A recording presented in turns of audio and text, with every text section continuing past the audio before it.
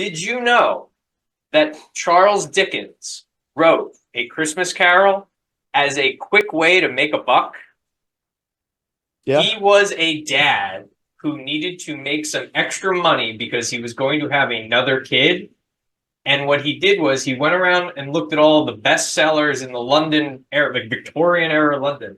And he said, people like ghosts, people like it when a bad guy becomes a good guy, and they like Christmas stories. So I'm going to write a Christmas story about a guy who sees a ghost and went from bad to good. He just took all the tropes of the day, shoved them into a book, and it was like a massive success. And that's how he made money. I learned that in So, so A Christmas Carol is the original Hallmark movie.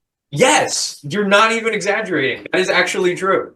It is just a rubber stamped plot line that was jumping around Victorian England for years, and he just like added to it and just made some money.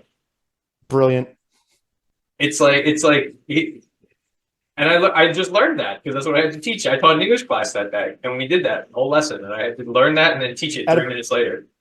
out of the 7 days that you went in, what subject have you enjoyed subbing for the most? Um, that's a good question. So it depends on the age. With middle school, they well, not to go back to the laptop thing, but part of the problem is that they're just given their assignments, and I'm basically a glorified babysitter sometimes.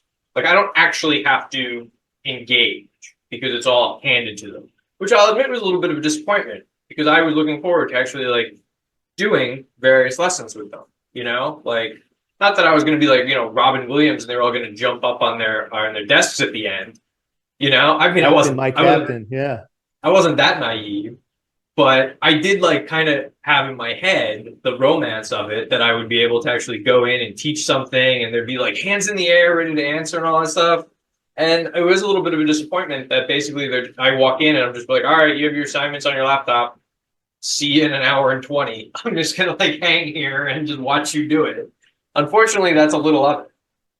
Um, I had the unique opportunity. It was like I to teach my own daughter's class, Oh, that's great. which was why. So first of all, that was younger.